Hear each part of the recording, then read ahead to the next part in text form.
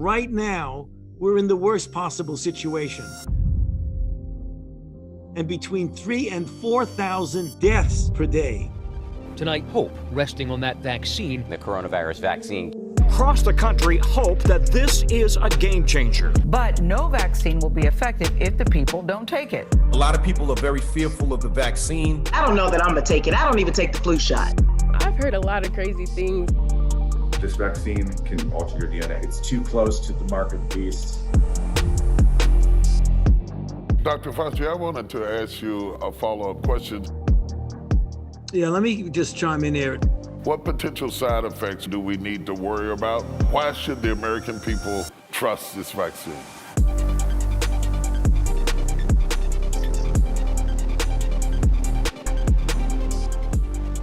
Welcome to Conversations with America, a data-driven vehicle for helping Americans navigate uncomfortable discussions. I'm Bishop T.D. Jakes, and I'm proud to be your host today. For the last 10 months, we've been living through the worst pandemic in more than a century. I'm sure you're familiar with the numbers. More than 22 million infected and 360,000 people are dead. These are numbers that continue to rise daily. It is rare that a household has not been touched in some way by the pandemic, whether through infection, job loss, or the death of a relative or a close friend. We've all been touched. Thankfully, help appears to be on the horizon. The federal government has approved multiple vaccines for use. Scientists tell us they are more than 90% effective. But the question remains, will you take it? Recent polls suggest that many Americans either won't take it or are still on the fence for a variety of reasons. This is a question many are having around the dinner table. Recently, we conducted a focus group online just a few days ago, in fact. We reached nearly 700,000 of you and got approximately 300,000 views. More than 21,000 of you sent me questions. We've invited some of the best in the medical field to address some of these questions and to separate fiction from fact. Our guests are my personal physician, Dr. Jill Wagner, an integrative medicine expert and author who's been named the magazine's best doctor for 3 consecutive years. Dr. Wagner will be my co-host today. Dr. Obuagu, an infectious disease specialist and associate professor at Yale School of Medicine, who led Yale's COVID-19 clinical studies. He is the principal investigator of the Pfizer COVID-19 trial at the Yale Center for Clinical Investigation. Also joining us is Dr. Kizzmekia Corbett, a viral immunologist with the National Institute of Health's Vaccine Research Center, where she is the scientific lead for coronavirus research. Her work focuses on developing novel coronavirus vaccines, including mRNA-1273, a leading vaccine candidate against the coronavirus. And finally, a man who has been affectionately dubbed America's doctor in this ongoing battle against COVID-19.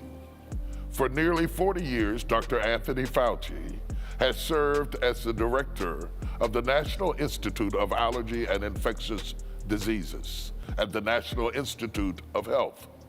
He is one of the world's leading immunology scholars and has advised 6 presidents. Dr. Corbett, I'm going to start with you. This vaccine was developed in 9 months. Walk us through the development and the precautions that were taken. What are some of the steps you would have ordinarily taken that you didn't hear, and why should the American people trust this vaccine? You know, the vaccine was developed before the American people's eyes in 9 months, but the work that went into the vaccine development has been happening for several years, even up to 15 years, even since the first SARS coronavirus started over a decade ago. And so there was a large amount of reference as far as data and preclinical work that happened even prior to this pandemic And I think it's really good to really highlight that. And as far as this particular vaccine, actually today marks the date of which we woke up and saw the sequences online for the virus for SARS-CoV-2, and really got to work. And although it's so-called warp speed, there have not been any particular parts of vaccine development that have been skipped along the process. We have a full portfolio of preclinical data surrounding these vaccines, as well as phase 1, phase 2, and phase 3 clinical trials for these vaccine development. So what you're seeing is not just a large amount of work that went into it previously, but also as this development has been happening, really a very concerted effort to make sure the job got done, but without any steps being missed. Do you have any angst in the fact that you've not been able to evaluate long-term outcomes from the vaccine, or are you fairly comfortable that over long term we should have no major complications from it? No, absolutely no angst at all. You know, one of the things that I think is largely forgotten throughout this is that the first phase 1 clinical trial actually started on March the 16th, which was almost 10 months ago. And so from those people, they've been followed since then, and there are no outcomes for long-term adverse outcomes. And so what you're seeing here is something that not only has previous vaccine development showed us, but as we're collecting data, it's very clear that long-term side effects are not something to be worried about. Dr. Fauci has said several times over and over that historically side effects happen within the first 2 months of vaccine development. And that's exactly what you're seeing here as well. Dr. Oguagu, let me direct this question toward you. A recent poll showed that the share of Black Americans planning to get the vaccine has increased somewhat to 25% since September, but it's still at only 50%. What can you and your peers do to improve the level of trust people of color have in the health system overall, and with this particular vaccine in particular? Yeah, so Bishop Jake, that's always very concerning, especially because we know that the data clearly shows that racial ethnic minorities have, worse outcomes with COVID-19, and so you would it's disheartening that the group that's disproportionately impacted are not at least disproportionately interested in receiving the vaccine. There's really no one approach to this, and no one pathway to improving it. First of all, also celebrating that more people are definitely reporting an increased desire to receive the vaccine. So, I think we need to address some of the principal concerns that have borne out both in research studies and public polls. Some concerns revolve around the accelerated pace of trials, like Dr. Corbett was mentioning, the perception that corners were cut. Obviously, we've repeated this about just the historical issues around injustices around the way clinical trials are conducted and how it's perceived by the Black community. There are concerns about side effects as well. There's lots of circulating misconceptions and misinformation and disinformation on social media overall. So I think that there are a couple of things that can be done. I think messaging from trusted messengers, and it's great to have Dr. Fauci here, who has really been a national resource on this. Consistent messaging is also critical from respected authorities, the CDC, FDA, public health authorities that people look up to, and also really working on what some people have called vaccine literacy, and really just finding ways to communicate in language that people understand within the appropriate cultural context to get that message out about the role that vaccines play in public health to control diseases and eradicate epidemics. And I also hope, I think one of the factors definitely that has impacted the willingness to receive a vaccine also is just really people watching others receive the vaccine. I received my vaccine publicly. I think Dr. Corbett and Dr. Fauci have done the same. And individuals who people identify as role models in the community, I think that has also played a great role in having people be just a little more comfortable with receiving the vaccine. And I hope that number will continue to tick up. Dr. Oguagu, I wanted to follow up with the question. You jump right in whenever you want to, but I wanted to follow up with the question. We've heard a lot of discussion about pre-existing illnesses and conditions and how the virus reacts to pre-existing conditions. Should we have any kind of concern as it relates to pre-existing conditions in terms of the vaccine? We've heard some things about allergies and so forth. I don't know whether to interpret that as whether you're allergic to pollen in the air, or whether it's allergies to certain types of medicine. Should we be worried, particularly people of color, but people in general, with pre-existing illnesses as it relates to the vaccine? Yeah, so Bishop Bakes, it became very apparent very early on that certain individuals who had worse outcomes to COVID had certain characteristics. So this include things like obesity, other medical conditions, diabetes, lung conditions, and the list goes on and on. And one of the reasons why Blacks, African Americans, especially, one of the reasons why we think they're having worse outcomes is because of the prevalence of these comorbidities among those populations. And so, as you can expect in the clinical trials, there was a good representation of individuals with some of these medical comorbidities. In the Pfizer vaccine trial, for example, which I participated in, about 35% were obese, for example. There was quite a decent proportion that had hypertension. I think diabetes was about 8%. And the study results, really show that this was robust efficacy even among individuals who have these underlying conditions. And also a point on elderly individuals as well. So, elderly individuals tend to have less immune responses to vaccines. And it was really nice to see that in the Pfizer trial, and also to some degree, same in the Moderna trial, that older individuals had a decent amount of protection against COVID-19 in spite of some of these vulnerabilities like you mentioned. And then the last thing you alluded to was allergies. And I know that there was a lot of this in the press around some of the severe allergies, or anaphylaxis, which is a very severe form of allergy that can be life-threatening and that occurs very quickly after people receive vaccines. Again, these tend to occur in people who have a history of similar things, anaphylaxis or severe allergies. That's borne out in even the captured events in the vaccine event reporting system. So again, I think the warning has been gone out that those with severe allergies, the anaphylaxis kind especially, should definitely be cautious around receiving the vaccine. And wherever the vaccines are offered, they're typically in sites. The sites are known to have some of the emergency medications that you need so that to mitigate some of these side effects in individuals. So these are not routine allergies like spring allergies and things like that, which are a little more common. This is just the minority of individuals. I think the last data I heard on the frequency of occurrence of some of these severe anaphylactoid type reactions was about 6 in a million doses or so. So it's really, really rare.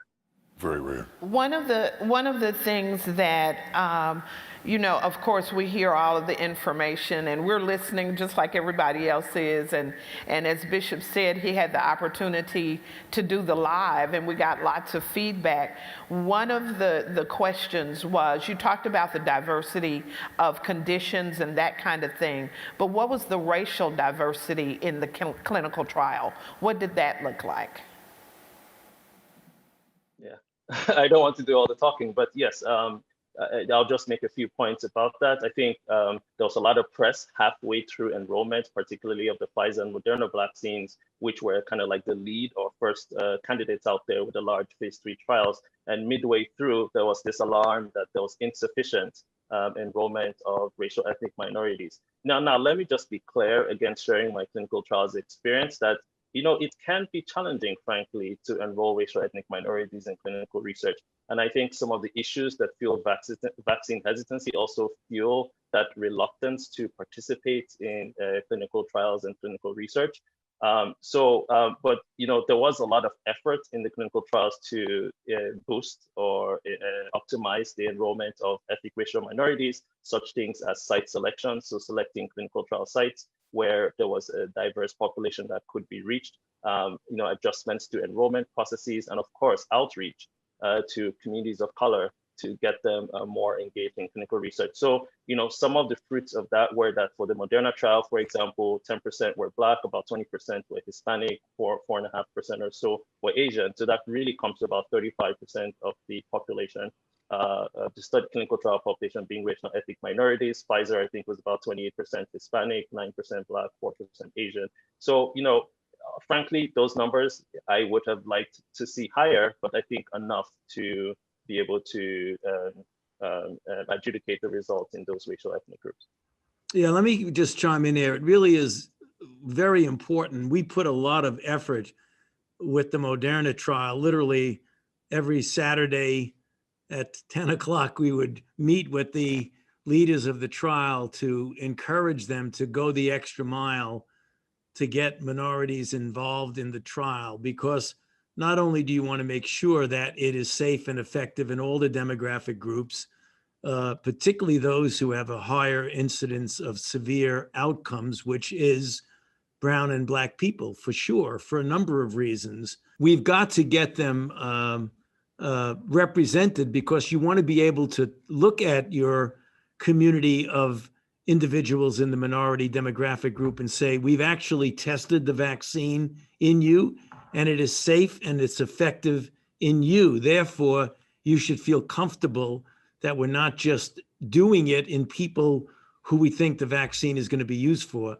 Right now, as was just mentioned, we got up to 10% of African Americans. I would have liked to have seen it get up to the 13%, which is the proportion demographically of African Americans. We did okay with Latinx. We got it up to 21%, and 18% of the population in this country is Latino and Latina. I think we should do even more, and I'm certain that Dr. Agubu feels exactly the same as me. You want to get it to the level that the disease impacts in society. And if you look at African Americans, the rate of hospitalizations per 100,000 and the number of deaths per 100,000 is disproportionate among African Americans and Latinx. So we really even need to do better in clinical trials. And that's the reason why we keep pushing to get people involved. But the distrust in the community is understandable. So you've got to address each and every one of the concerns that they have. Kizzy gave a very good explanation to the answer of why was it so quick? Was it cutting corners? And it wasn't. It was years and years of science. When people ask me, well, how do you know it's safe and effective? Are they trying to put something over on us? Is this the federal government trying to fool you again? Remember Tuskegee? Or what about the efficacy? Is it really 94 to 95% efficacious? And the answer is that the decision about whether or not it's safe and effective is made by independent bodies, data and safety monitoring boards that don't answer to the government and don't answer to the company. They're independent groups made up of scientists and statisticians and immunologists. They make the determination. Then when they say it's okay, it goes to the FDA, and the career scientists at the FDA make that determination, but they do it again in collaboration with their own advisory committee. So we could look the African American population in the face and say the whole process was both transparent and independent. And we have to keep making that very, very clear, because we have to respect the skepticism in the African American population about federal government medical programs. You can't walk away from that. It's a shameful history that we have to just deal with. So whenever I talk to my African American friends and colleagues about getting vaccinated, you always have to show respect for their skepticism, and then try to get them to understand why it is safe, it is effective, and it is good not only for your own health, but for your families and your community.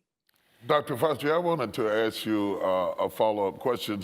One of the, we exposed the questions to about 700,000 people via social media and got some of our questions from there. One of the concerns that came up is even after you've had the first shot of the vaccine and the second one, we are told that you still have to wear a mask. If you still have to wear a mask after you have cleared and it's got 95% efficacy, could you address the purpose of continuing to wear a mask? And is there ever going to be a point that we can go back to quote unquote normal, if there be such a thing? Well, Bishop, I believe we will get back to some form of normality, but that would be really dependent on the percentage of people in our society who get vaccinated. But let me answer your first question, which is a very relevant and appropriate question. One wears a mask for two reasons. One, in case you are infected and have no symptoms and don't even know you're infected, that you would not then transmit it to someone else. Number two, there is also evidence that it could protect you from getting infected. So having said that, when you get vaccinated, even though the vaccine may be 94 to 95% effective, there are two aspects of that that you need to understand. A, you may be one of the people that is not protected. And B, we know that the vaccine prevents you from experiencing clinically recognizable disease. We don't know yet whether it prevents you from getting infected in an asymptomatic way. So it is entirely conceivable, and we will get the answer to this sometime, but we don't have it now, that when you get protected from getting sick, which is the primary endpoint of the trial, preventing clinically recognizable disease, you could still get infected and have virus in your nasopharynx without your even realizing it. So even though you're not getting sick, you may be shedding virus. And that's the reason why we still want people to wear masks. Now, the answer to your question about when will we in society feel comfortable that we don't have to be so stringent in our public health measures, that's when you get a veil or a blanket of protection over society that we call herd immunity. Namely, so many people are vaccinated or have been previously infected that the virus doesn't have any place to go. It's looking for vulnerable people and they're not around because most people are protected. If we get 70 to 85% of the population vaccinated, then we could feel comfortable that we have probably very close to herd immunity. But until that time, we don't want people to get the impression that just because we're vaccinating people, that we don't have to worry about public health measures. We have to continue to implement them until society is relatively free of this virus. What will be the indicators that we're at a good spot? How will we know that we've It will hit be, that? yeah, that's a very good question. It will be the percent positive in the population of people, and it will be the degree of new cases. For example, right now, we're in the worst possible situation. We're averaging between 200,000 and 300,000 new infections a day and between 3,000 and 4,000 deaths per day. So you don't need to be a genius to figure out that we're not there right now. But as soon as those level of infections go way, way, way down, then you know you're in that safe zone. What about access to the vaccine? I'm hearing a lot on the news about we're getting the vaccine, but we're not getting vaccinated because the access has not been worked out. Can you give us any precursor information about distribution and what you have planned to make the vaccine available more readily for people, especially people, homeless people, oppressed communities, neighborhoods where they don't even have grocery stores? What are we going to do about distribution? It seems to be a huge deterrent. The numbers have been far less than was originally projected. What are your thoughts about that going forward? Well, very good point. Let me start off by the outset to say there's no excuses for that. We need to do better. You always have to admit that. There are multiple aspects of getting vaccine. There's the discovery. That's what Kizzy was involved with. Then there's the production, which is what the company does. Then there's the allocation, the shipping, the distribution, and then finally getting the vaccine into people's arms. And each of those things have a a process by which you do that. The original process was to distribute 20 million doses for 20 million people, keeping the 20 million for the second dose, and getting it into people's arms by the end of December. Obviously, we didn't do that. We distributed 13 to 14 million, and at first we only got 2 to 3 million. Now we're up to 7 million in people's arms. We wanted to get 20 million. I believe that the reason for that is that this was a brand new process of an unprecedented challenge of trying to vaccinate so many people. So there's going to be bumps in the road and hiccups. Right now, I would give it another week or two to see if we could get back online. If not, we've got to make sure that our restriction to certain priority groups is not getting in the way of getting it more diffusely out. And one of the things we absolutely need to do is we got to make sure that we have multiple ways of getting it distributed, because if you do it only one way, is a big danger of excluding the people that we're all worried about. The poor people who don't have access, the people who live in areas where pharmacies are not readily accessible, the people who live in situations where they don't have access to health care. The way we're going to get around that is put it in community centers in the community where you have African-American demographically dominating the population, as opposed to just getting people vaccinated without paying attention to an equitable distribution right from the get-go. That's going to be a big challenge, but we know what we need to do with that. Is there any thought about getting medical professionals to work through faith-based entities within those local communities where they could go to churches, for instance, and have medical physicians there that could administer the vaccine? Because many of our communities are in food deserts and places like that, where they can't get the vaccine. That's one question. And the follow-up question to you, Dr. Fauci, is, are there other things we should be telling people about steps they can do to boost their immunity system in addition to the drugs and the vaccine? We're hearing everything. Take steam, get steam in you to eat onions, all kinds of stuff. What are the things that the persons that are listening at us right now, in addition to planning to get the vaccine or taking drugs, that they can do to boost their immune systems? And let me just add a little bit to that before you answer that, Dr. Fauci, because one of the issues in our community is that people think that the focus is just on medication. So the thought is they're so focused on this vaccine and nobody's talking to us about anything else. So and self-treatment, what do I do at home before I can get the vaccine? So if you would share with us, as Bishop said, if there are any other things that we ought to be saying to people. Okay, let me just first answer the Bishop's first question. The way we're going to get into the communities that are in both, where there are food deserts, there are also pharmacy deserts. Right. And that is by putting up centers where you can actually have vaccinations by whomever, medical students, nursing students, people who are retirees, because right now, most of the people who are physicians or nurses or healthcare providers are being overwhelmed by sick people. You don't want to pull them away. So there are a lot of other people that can administer an intramuscular injection. You could do it by community centers, churches. You mentioned, Bishop, is very important.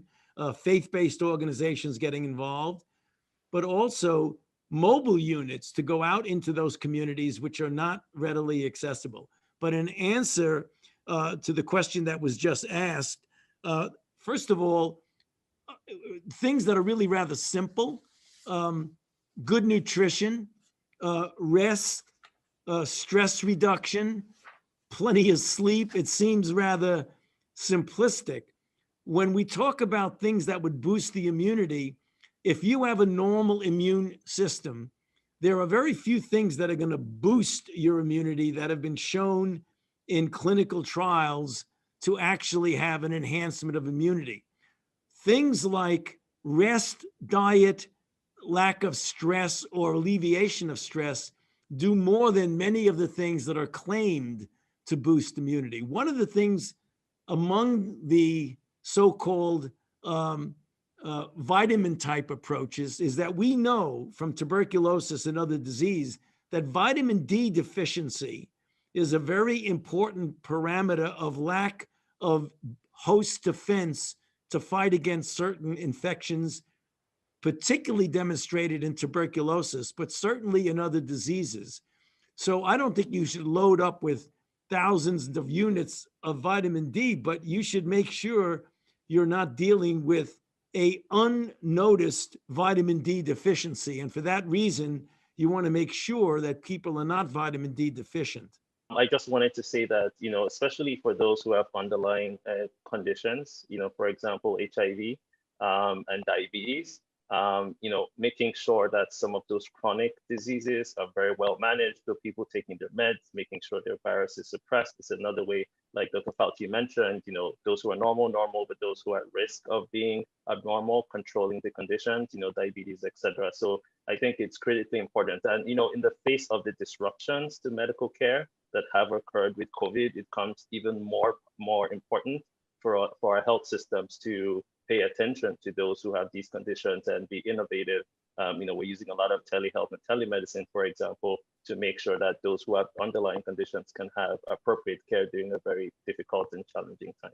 Very good, very good. Dr. Corbett. I'm sorry, I just wanted to add one more thing to that is that one of the things that needs to be said in those regards is that keeping your immune system healthy, keeping yourself healthy in general is great all across the board, but it is definitely no surrogate for vaccination and the specific type of immunity that vaccines provide.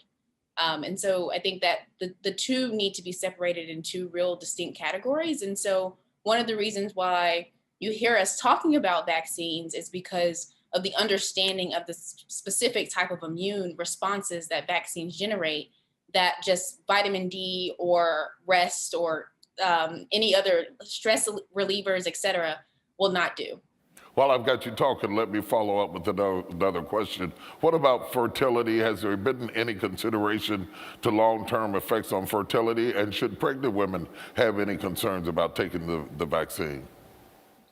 No, there have not been any considerations about long-term fertility issues. Part of the reason why there is this, I think, thought that these vaccines might affect fertility is one, because they are messenger RNA vaccine platforms. And because of the knowledge surrounding messenger RNA, the initial thought was that you might be able to affect one's DNA and thus fertility. And that is just simply untrue. Messenger RNA does not affect or alter one's DNA, and nor does it alter your fertility. And so I think that that's just one of the things that has to be said in this regard. The current recommendation is that for women of childbearing age, that they still receive the vaccines. I'm obviously one of those women, and I received my vaccine on December 30th. And also, I don't know the specific numbers, but Dr. Fauci might. Although women were not supposed to get pregnant in the clinical trial, things happen in a pandemic, and some did. Vaccinated women got pregnant in the clinical trial, and no complications arose from those. Small subset of women. So let me just throw one thing in, Bishop, that we often get asked. Kizzy and I often get asked regarding mRNA vaccines. They hear the word RNA. And they say, is this going to do anything to my genes? Is it going to interfere or do something to distort my genes? And the answer to that is absolutely not. No question, case closed, that's it. Because that's such an interesting question they get asked. It's understandable why when people hear RNA, they hear DNA, they hear genes, they want to know if it's going to interfere in some way or get into your genes and change your genetic makeup. Not a chance. That's good to hear. Very good to hear. Very good to hear. Dr. Oguagu, there's been limited reports of healthcare workers getting adverse reactions to the vaccine, minor fevers and what have you. What potential side effects or adverse reactions of this vaccine do we need to worry about, or are they all minuscule? Okay, great. That's a great question. So let me just say that it appears that the real world experience is mirroring or mirroring what happened in the clinical trials. So we can say that there's been no surprises, and that's great, because the concern always is that, the numbers that are exposed to a drug in clinical trials is, kind of a finite number, although in phase 3, we're talking of tens of thousands. But when you roll it out to millions, there's always the concern that, rare side effects may pop up, etc. So, like everyone else involved with the vaccine research, I mean, we've also been watching closely to see what now that it's being rolled out in the UK, in the US, and we're talking of millions of people receiving the doses. It's been nice to see that they really just look like the data from clinical trials. So, it falls into two buckets, if you will, local side effects that people can have with the vaccine, as well as systemic side effects. One thing I always parrot out when I do talks around this is, the term we tend to use for some of the early side effects is really reactogenicity, which means it's just people reacting to the vaccine, so that it's not, I feel that, the term side effects tend to always have a negative connotation. And I think that if people, at least for some of the side effects, perceive it as being a response to the vaccine, it's more likely to be viewed in a positive sense.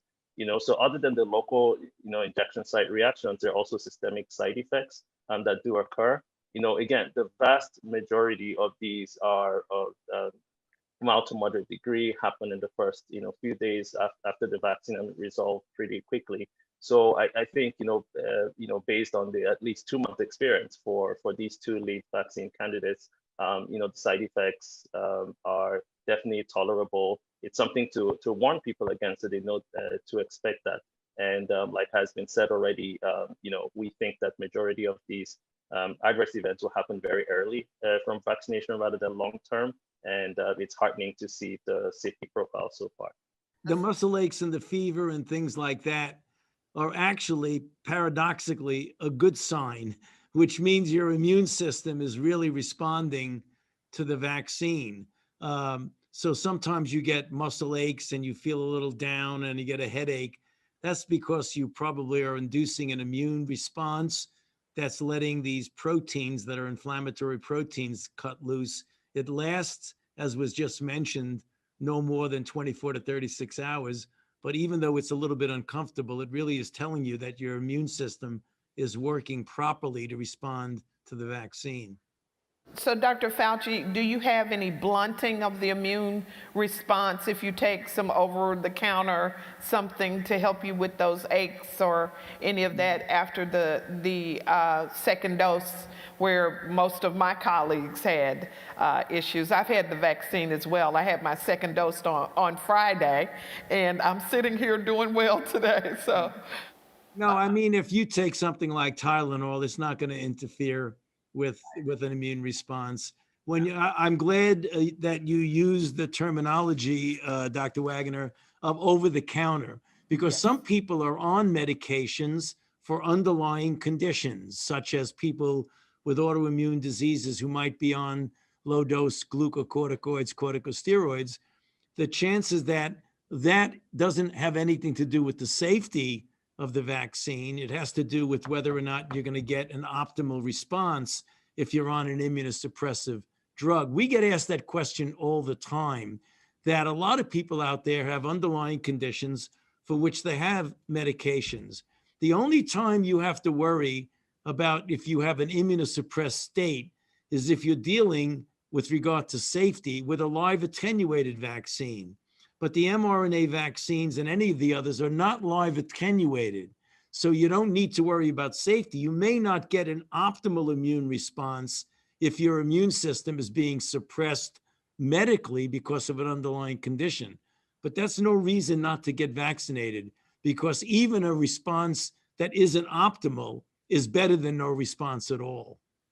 When you start talking about herd immunity, it's my understanding it's going to take about 70 to 85% of the population has to be vaccinated in order for us to achieve herd immunity in this country. The allotment of vaccines, however, that went out recently is only sufficient to inoculate about 2% of the population. When you look at that, late last year, say Pfizer cut its end of the year supply projections by half. due to problems with supplies of raw materials. What can be done to mitigate what is apparently shaping up to be a supply crisis? I don't think it's going to be a supply crisis when you get into February, March, April, May. We'll reach herd immunity. The federal government has contracted for enough vaccine to vaccinate essentially everybody in the country with a prime and a boost, except for the Janssen product, which is only requiring a single dose. So it isn't a question of an ultimate crisis. It's a question of where we are today and tomorrow and next week. Ultimately, we will get to being able to vaccinate. I hope that we achieve that, Bishop, by the mid to end of the summer, because we're going to go through the priority vaccinations through January, February, or March. By the time we get to April, I would hope that it's like open season. Anybody can get the vaccine, whether you're in a priority group or not. And then if we vaccinate people through April, May, June, July, and August, I hope that by the time we get to the fall, if in fact what we're trying to accomplish here today is successful, namely getting people to be vaccinated, we could reach that 70 to 85% of the country by the fall and the end of the summer. One of my concerns, and I think why fora like this are critically important, is, we talk about general numbers. So for example, with herd immunity, we're talking about the general US population. But if I'm going to predict, is that, especially since we have concern that certain groups or populations may, talk about vaccine hesitancy, my concern is that the coverage will not be uniform and there will be populations left vulnerable to the disease. I'll give an example. We've seen how for measles, for example, very recently, that unvaccinated people, New York, places in the South, et cetera, pockets where people are vulnerable to a disease that they absolutely should not be because there's an available vaccine. So if I were to predict, and I think this is the message to get out to Black and Brown people, is that, certain groups may achieve herd immunity and certain groups may not. And, that will serve to continue to fuel this cycle. So again, just to get the message out, herd immunity really has to be tied to vaccine acceptance. And I think those have to go together. When you start talking about herd immunity, and you start talking about how nomadic we are, we're traveling all the time, we're intercontinental, we're moving from place to place. It's not like we're going to stay in America and not travel abroad. So when you start talking about herd immunity, are we just talking about America, or are we going to be free to travel? Well, you could travel. That's one of the reasons why we want everybody to get vaccinated, because if you go to a country in which there is a lot of infection and you're not protected, you certainly are vulnerable to getting infected. We see that with measles. I mean, it was just mentioned right now about measles. So if you are vaccinated against measles and you go to a country in which measles is a prevalent infection, as we see in so many developing nations, and you're protected, you're protected. But if you're not, the fact that there's herd immunity in the United States as a nation, that 85% of the people are vaccinated, and you're not vaccinated, you're not protected when you go out of the country and go to a place where there's a lot of infection. Herd immunity means that in the place where you are, the virus has no place to go because most of the people are protected. But if you're not vaccinated and you get on a plane and go to a country where there's a lot of COVID-19 going on, you got a big problem. And that's the reason why we're encouraging people, particularly the vulnerable people in the African-American community, to get vaccinated, because you want to protect yourself and your family and your entire community. And you could do that. It's a personal responsibility and a community responsibility, because the more people that get vaccinated in your community, the less chance the virus has to circulate in your community. When you talk about that, you really set up what I was getting ready to ask you. A lot of emphasis has been placed on black and brown people because of our predisposition to be affected adversely by the virus. When it comes to vaccination, why is it in the interest of the general public at large that people of color be vaccinated? How does that affect other people group in the United States? Well, I mean, I don't want to be answering all the questions, but the fact is that we're all in this together. That's the point. If you want to get if you want to protect the entire country, you've got to get the entire country vaccinated to a very, very high degree. But if part of a community, and we saw this absolutely clear in the Orthodox Jewish community in New York City and the upper part of New York City and Larchmont and New Rochelle, that those individuals did not get vaccinated. So even though the rest of the country was above the critical level of herd immunity, that community got devastated by measles because they had such a low level within their own community. So that's the reason why we are, in many respects, all of us are pleading with the brown and black people to please get vaccinated for your own safety and for your community's safety. Dr. Corbett, you have done a lot of work with vaccine awareness, just trying to help people understand and work with the anti-vaxxers and those kinds of people. What do you say to people to help them understand that, for instance, if they get the vaccine, it's not going to give them the disease? Well, just taking that question back a little bit, one of the things that I think is very important is that you just listen to people. So I try not to say anything to anyone unless I'm asked, because I find that people's inquiries around the vaccine are fairly specific to their own personal story, to their own personal community, their community story, etc. And so the more that you listen, the more you can gauge what really needs to be said to a particular person around their vaccine hesitancy. In regards to not catching the virus from the vaccine, this vaccine only takes a mRNA shot of one particular protein from coronavirus. This protein does not have the ability to replicate like a virus. It has no other components of the coronavirus. It is simply one specific protein. And it's the protein that we've been studying at the NIAID for several years and trying to understand it in a large amount of detail. And so you cannot get sick from this one particular protein.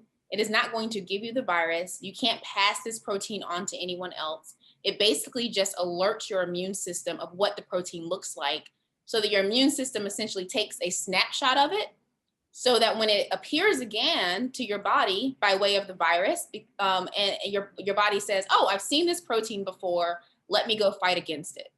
Excellent. So it doesn't even contain the information that could make you ill? Absolutely not. Right. That's something we're not hearing enough of. I think that's a very important thing that will help to dispel a lot of fears and a lot of myths. I don't want to take advantage of your time. I know all of you are very, very busy, but I did want to ask Dr. Corbett this final question. You've been getting a lot of visibility as an epidemiologist in your work with coming up with the vaccine and what have you. There has been a great divide amongst African American men and women going into science, technology, and what have you, yet there is an influx of people who are expressing interest in that. What would you say to young black girls and boys who are considering a career that would encourage them to fill in the huge divide that exists in our community? We have a tendency to go to doctors who look like us. How can we get more people involved? The first step really is to just go for it. So I actually started working at Dr. Fauci's Institute when I was only 18 years old, which was way back when. But really at that point, I had no idea what a career in science really entailed. I didn't even know how to be a scientist or do anything in the lab. But under a program in the Institute, I was allowed to go to the lab and be an intern. And so the more you get your feet wet early on and start to discover the things that you like and the things that you don't like around any career path, I think is beneficial for us all. And science is one of those career choices where the glory often is unseen, right? Because without this pandemic, the truth of the matter is I would still just be in the lab studying coronavirus spike proteins, and vaccine development might come, but it might not. right? And so you have to understand that as a young person going in, that the glory is really a lot of times internal around discovery and understanding how the world turns. For me, that makes me really excited. And if that's something that could make you excited, then I think it's a career path that you might that you might take a liking to. That's exciting. One other thing, I know I said that other was the last one. This is the real last one. As I was leaving the house today, there was new updated information about new strands. There's been one, now there are multiple new strands coming out. Are there any strands that you see on the horizon that threaten the efficacy of this vaccine as it relates to COVID-19? Right now, the data do not indicate that the mutations that are being studied right now, both in the UK, which has spread to other countries, in South Africa, interfere with the efficacy of the antibodies that are induced by the currently used vaccines. However, this is something we need to keep our eye out on, and that's the reason why we take mutations very seriously and we study them very seriously. Now, it's much more likely that a mutation would block the effect of a monoclonal antibody that's against one particular component of the spike protein.